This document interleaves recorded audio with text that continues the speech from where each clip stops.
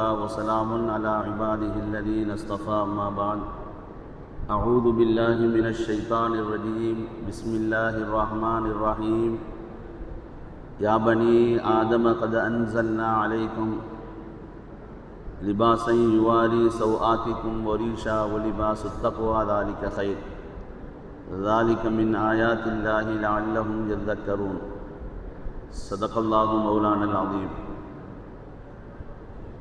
கண்ணியத்திற்கும் பெரும் மதிப்பிற்குரிய அல்லாஹுவின் நல்லடியார்களே, பெரியோர்களே, தாய்மார்களே, அல்லாஹுவின் பேரருளால் புனிதமிக்க ரமதானுடைய மாதத்தை நாம் அடைந்து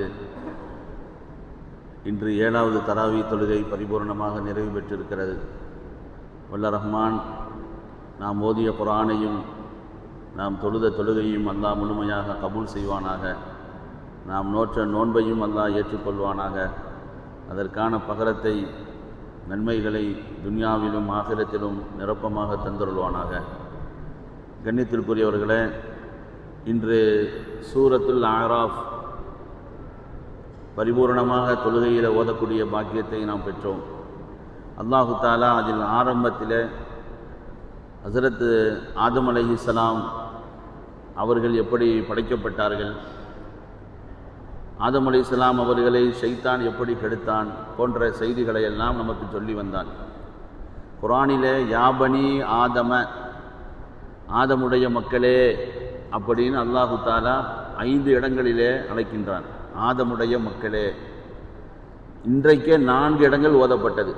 யாசீனில் ஒரு இடத்துல அலம் அஹது இலைக்கும் யாபனி ஆதம் அல்லா தஅபுது ஷைத்தான். ஆக மொத்தம் 5 இடங்களிலே அல்லாஹ் யாபனி ஆதம், ஆதமுடைய மக்களே என்று நம்மை அழைக்கின்றான். அப்போ ஆதமுடைய மக்களாக நாம் இருந்தால் ஆதம் அலைஹிஸ்ஸலாம் நமக்கு யார்? நமக்கு தந்தை. அப்போ அவர்களை பற்றி நாம் தெரிந்து கொள்வது மிக கட்டாயமாக இருக்கிறது. இப்போ நம்முடைய தந்தைகளை பற்றி, தந்தைமார்கள் தாய்மார்களை பற்றி நம்ம தெரியுமில்ல. என்னுடைய தந்தை யார், அவங்க பிறந்த இடம் எங்கே, அவங்க என்னென்ன செய்தாங்க அப்படிங்கிறது நமக்கு தெரியும். நம்ம தாயை பற்றி கேட்டால் நமக்கு தெரியும். அதே மாதிரி ஒட்டுமொத்த சமூகத்திற்கும் ஹஸரத் ஆதம் அலைஹிஸ்ஸலாம் அவர்கள் தந்தை. இப்போ அவர்கள் எப்படி படைக்கப்பட்டார்கள், அவர்கள் படைக்கப்பட்ட பிறகு இந்த துனியாவிற்கு எதனால் வந்தார்கள் அப்படிங்கிற செய்தியை அல்லாஹு தஆலா சுருக்கமாக இன்று ஓதிய சூரத்துல் ஆராஃபிலே சொல்கிறான். ஆதம் அலைஹிஸ்ஸலாம் அவர்களை படைக்க வேண்டும் என்று அல்லாஹ் முடிவு செய்தவுடன் ஹஸரத் ஜிப்ரீல் அலைஹிஸ்ஸலாம் அவர்களை அழைத்தான். அழைத்து சொன்னான், ஒரு பிரதிநிதியை நான் படைக்கப் போகிறேன். அவரை படைப்பதற்கு மூல பொருட்கள் எனக்கு தேவை, அதை நீங்கள் கொண்டு வர வேண்டும் என்று ஹஸரத் ஜிப்ரீல் அலைஹிஸ்ஸலாம்கிட்ட அல்லாஹ் சொன்னான். அப்போ ஜிப்ரீல் அலைஹிஸ்ஸலாம் என்ன மூலப்பொருள் யா அல்லாஹ் அப்படின்னு கேட்டாங்க. பூமியில் போய் மண் எடுத்துகிட்டு வரணும். அப்போ மண்ணுங்கிறது ஒரு இடத்துல எடுக்கணுமா, பல இடத்துல எடுக்கணுமா? பல இடங்களில் நீ கொஞ்சம் கொஞ்சம் மண்ணை எடுத்துகிட்டு வா அப்படின்னு சொல்லி ஹஸரத் ஜிப்ரீல் அலைஹிஸ்ஸலாம்கிட்ட அல்லாஹ் சொன்னான். இப்போ ஜிப்ரீல் அலைஹிஸ்ஸலாம் பூமிகிட்ட வர்றாங்க. வந்து மண் எடுக்கணும்னு வந்த பொழுது அந்த பூமி சொன்னதான், அல்லாஹுவை கொண்டு உன்னிடத்திலே பாதுகாப்பு தேடுகிறேன், அப்படிலாம் நீ எடுத்துகிட்டு போயிடாத அப்படின்னு எது சொல்லிச்சு? இந்த பூமி சொல்லிச்சு. யார்கிட்ட? ஜிப்ரீல் அலைஹிஸ்ஸலாம்கிட்ட. அல்லாஹுவை கொண்டு பாதுகாப்பு தேடுகிறேன்னு சொன்ன உடனே ஜிப்ரீல் அலைஹிஸ்ஸலாம் என்ன செய்தாங்க? திருப்பி போயிட்டாங்க. யார்தான்? நான் போய் மண் எடுக்க போனேன், ஆனால் அங்கே போய் நம்ம கேட்டோம்னா அல்லாஹ்வை கொண்டு பாதுகாப்பு தேடுறேன்னு சொன்னால் எப்படி நான் எடுக்கிறது, நான் திருப்பி வந்துட்டேன் அப்படின்னு ஜிப்ரீல் அலைஹிஸ்ஸலாம் சொன்னாங்களாம். அல்லாஹ் 2வது என்ன செய்தான்? மீகாயில் அலைஹிஸ்ஸலாமை அனுப்பிவிட்டான். நீங்கள் போய் மண் எடுத்துகிட்டு வாங்க அப்படின்ட்டு. மீகாயில் அலைஹிஸ்ஸலாம் வந்தாங்க. அவங்க வந்த உடனேயே அந்த பூமி சொன்னது, அல்லாஹுவை கொண்டு உன்னிடத்திலே பாதுகாப்பு தேடுகிறேன், என்னிலிருந்து எந்த மண்ணையும் நீ எடுத்துகிட்டு போயிடாத அப்படின்னு சொன்னது. மீகாயில் அலைஹிஸ்ஸலாம் பார்த்தாங்க, அல்லாஹ்வை கொண்டு பாதுகாப்பு தேடும் போது அதை மிஞ்சி எப்படி நம்ம எடுக்கிறது? பொதுவாகவே நம்ம பார்க்குறோம்ல, அல்லாஹ்வுக்காண்டி கொடுங்க அப்படின்னு சொன்னால் உடனே இருக்கிறத நம்ம கொடுத்துருவோம். ஏன்னா அல்லாஹ்வை கொண்டு அவர்கள் கேட்டுட்டாருங்கிறதுனால நம்ம கொடுத்துட்றோம். அப்படி தான் அது. அப்போ மீகாயில் அலைஹிஸ்ஸலாம் திருப்பி போகிறாங்க. போய் சொல்கிறாங்க, யா அல்லாஹ் நீ சொன்ன மாதிரி நான் எடுக்கணும்னு போனேன், உன்னை கொண்டு அது பாதுகாப்பு தேடுது, அதை எப்படி நான் எடுக்கிறது? திரும்பி வந்துட்டேன் நான். அல்லாஹ் இஸ்ராயீலை கூப்பிட்டான், போய் மண் எடுத்துகிட்டு வாங்கன்ட்டு. இவர் நேராக வந்தார். வந்த உடனே பூமி வேகமாக நடுங்கியது. அல்லாஹ்வை கொண்டு பாதுகாப்பு தேடுகிறேன், மண் எடுத்துடாத அப்படின்னு இஸ்ராயல்கிட்ட சொல்லிச்சு.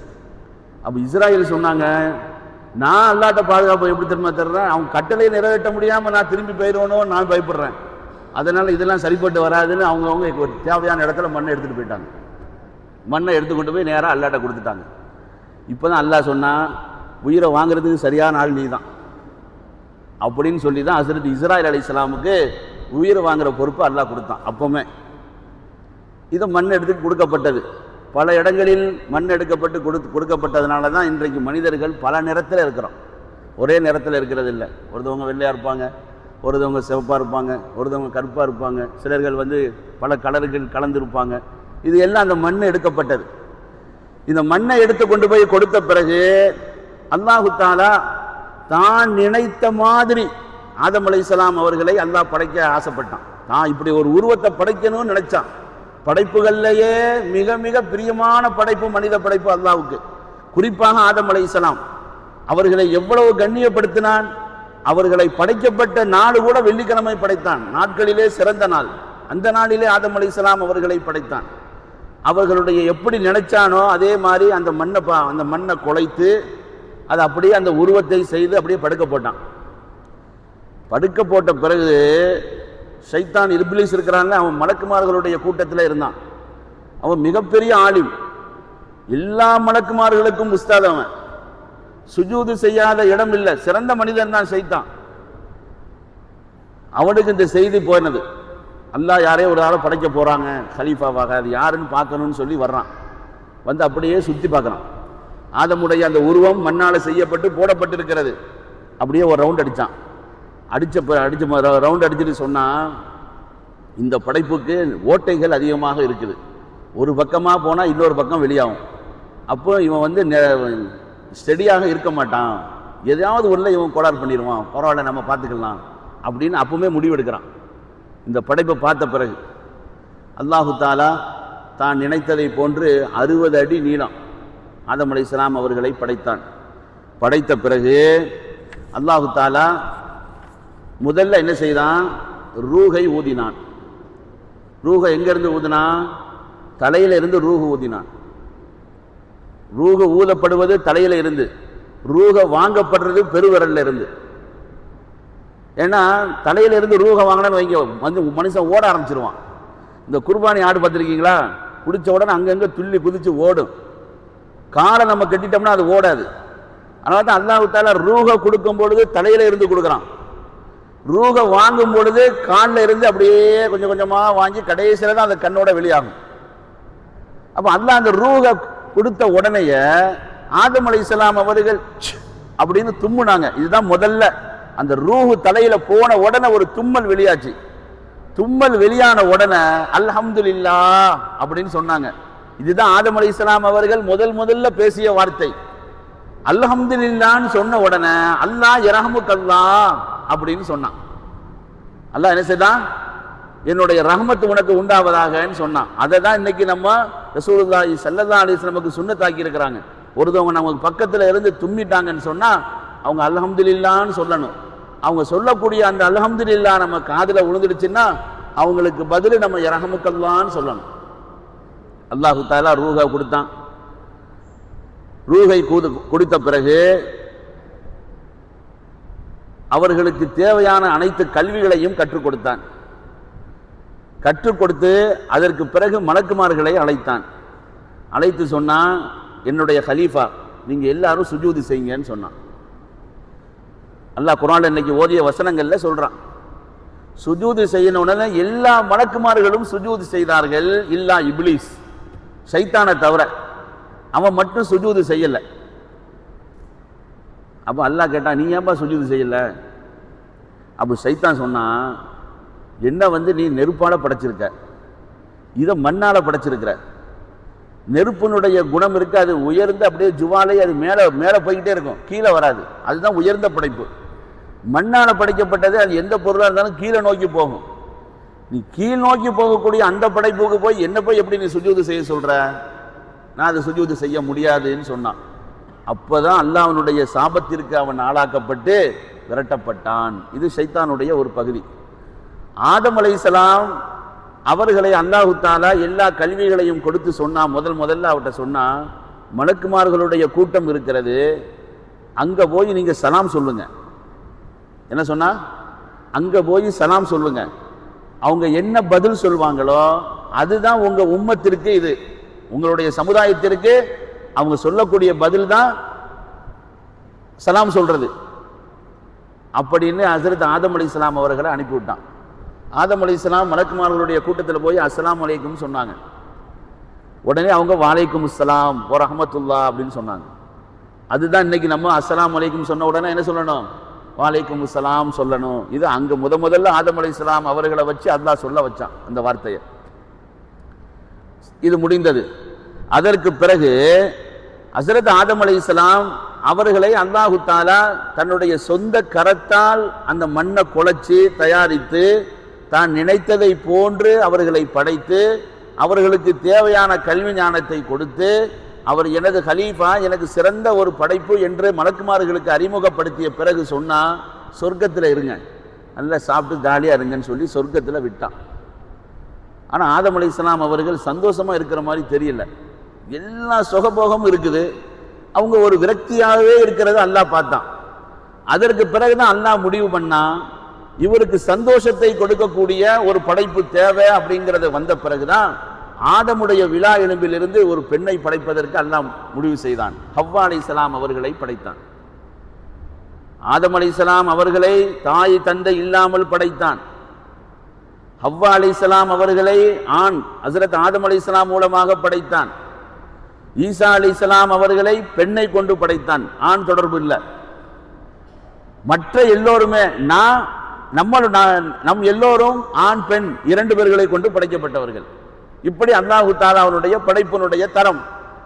இப்போ ஹவ்வா அலைஹிஸ்ஸலாம் அவர்களை படைத்து பிறகு பார்த்தா ஆதம் அலைஹிஸ்ஸலாம் அவர்கள் சந்தோஷமாயிட்டாங்க, ரொம்ப மகிழ்ச்சி ஆயிட்டாங்க. இப்போ ரெண்டு பேரையும் கூப்பிட்டு சொன்னா, எங்கனாலும் சாப்பிடுங்க, எல்லாம் பண்ணுங்க, எல்லாம் உங்களுக்கு ஹலால்.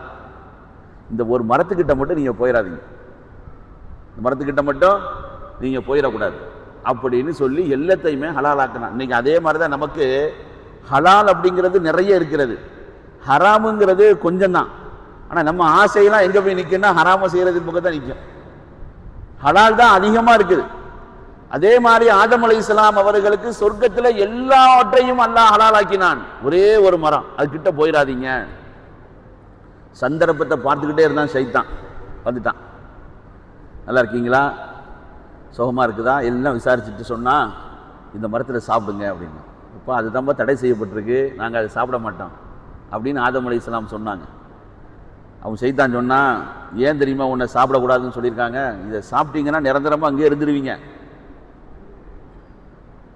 இதை சாப்பிடலைன்னா இதை விட்டு நீங்கள் வெளியாகிறதுக்கான வழி இருக்குது, நீங்கள் வெளியாக்கப்படணுங்கிறதுக்காக வேண்டி தான் அல்லாஹ் உங்களை வந்து இதை சாப்பிடக்கூடாதுன்னு சொல்லியிருக்கான், நீங்கள் சாப்பிட்டீங்கன்னா இங்கே நிரந்தரமாக இருக்கலாம் அப்படின்னு உபதேசம் பண்ணான். இவங்களுக்கு ஆசை வந்துடுச்சு, போய் சாப்பிட்டாங்க. அந்த மரத்தினுடைய பழத்தை எடுத்து சாப்பிட்டார்கள். சாப்பிட்ட மறு நிமிடமே அவர்களுடைய மறைவிடங்கள் வெளிப்பட்டது. அல்லாஹ் ஆதமையும் ஹவ்வாவையும் எப்படி படைச்சிருந்தானா, ஆரம்பத்தில் மறைவிடங்கள் இருக்குது, அது வெளியே தெரியாது, தெரியாத மாதிரி தான் படைச்சிருந்தான்.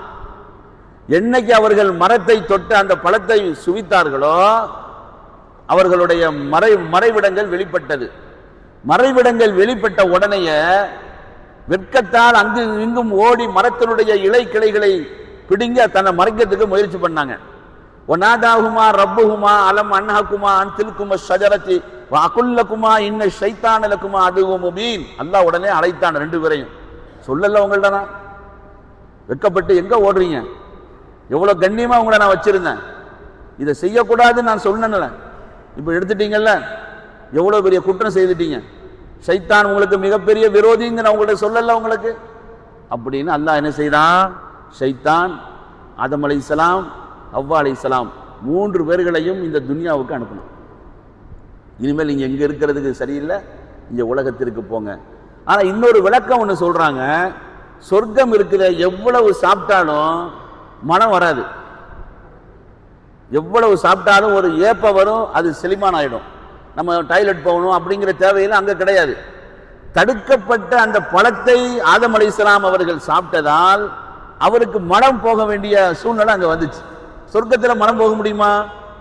அதனால தான் அல்லாஹ் என்ன செய்தா, துன்யாவுக்கு போங்க.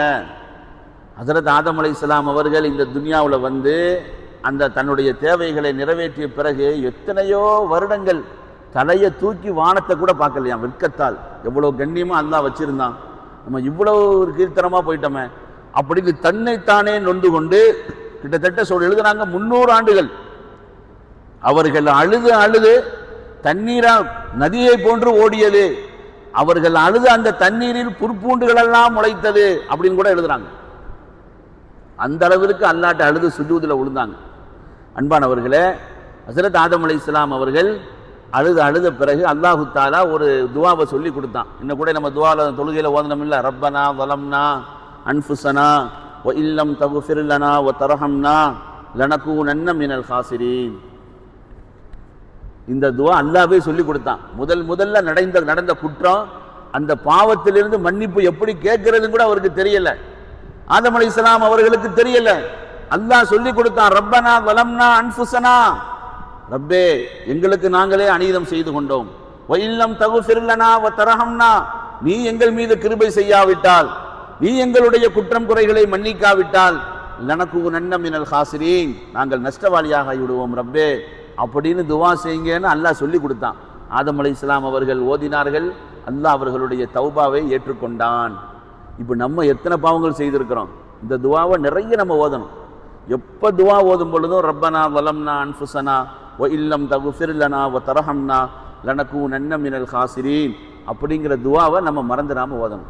இப்படி தான் அல்லாஹு தாலா ஹஸரத் ஆதம் அலைஹிஸ்ஸலாம் அவர்களை படைத்து சொர்க்கத்தில் கண்ணியமான முறையில் வாழ வைத்து ஒரே ஒரு மரத்திற்கிட்ட நெருங்க வேண்டாம் என்று சொல்லி அவர்கள் போனதால் அவர்கள் துனியாவிற்கு வந்தார்கள். அவர்களை தொடர்ந்து நாமெல்லாம் உலகத்திலே படைக்கப்பட்டோம்.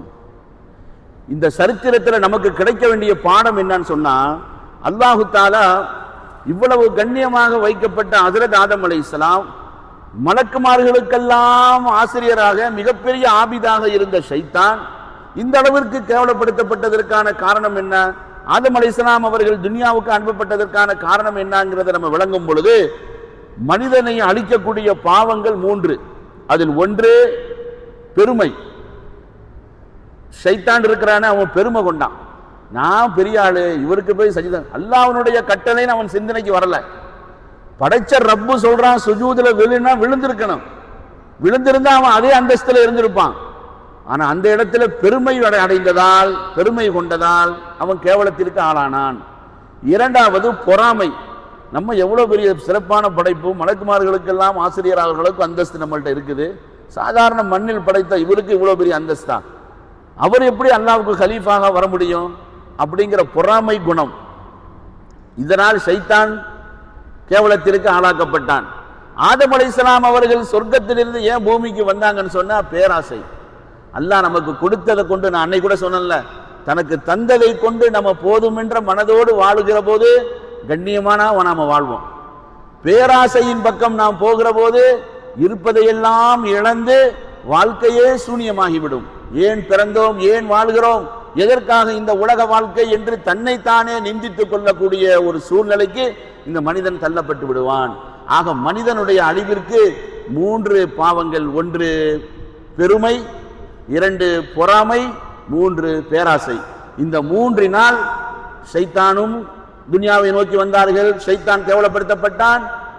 மிக கண்ணியமான படைப்பு ஆதம் அலைஹிஸ்ஸலாம் அவர்கள் சொர்க்கத்திலிருந்து இந்த பூமிக்கு வந்தார்கள் என்று அல்லாஹு தாலா இந்த வசனத்தின் மூலமாக நமக்கு உணர்த்துகிறான். அப்பேற்பட்ட அந்த தவறான பாவங்கள், மனிதனை அழிக்கக்கூடிய பாவங்கள், பணிவு நமது வாழ்க்கையில் இருக்க வேண்டும். யாரை கண்டும் பொறாமைப்படக்கூடாது. நமது வாழ்க்கையில் எவ்வளவு உயர்கிறோமோ அந்த அளவிற்கு பணிவு இருக்கணும். அல்லாஹ்வை நம்ம நெருங்கிக்கிட்டே இருப்போம். அடுத்தவர்கள் நம்மை விட சிறப்பாக இருக்கிறாங்கன்னு சொன்னா சந்தோஷப்படணும். அதே நிலைக்கு அல்லாஹ் நம்மளை கொண்டு வருவான்.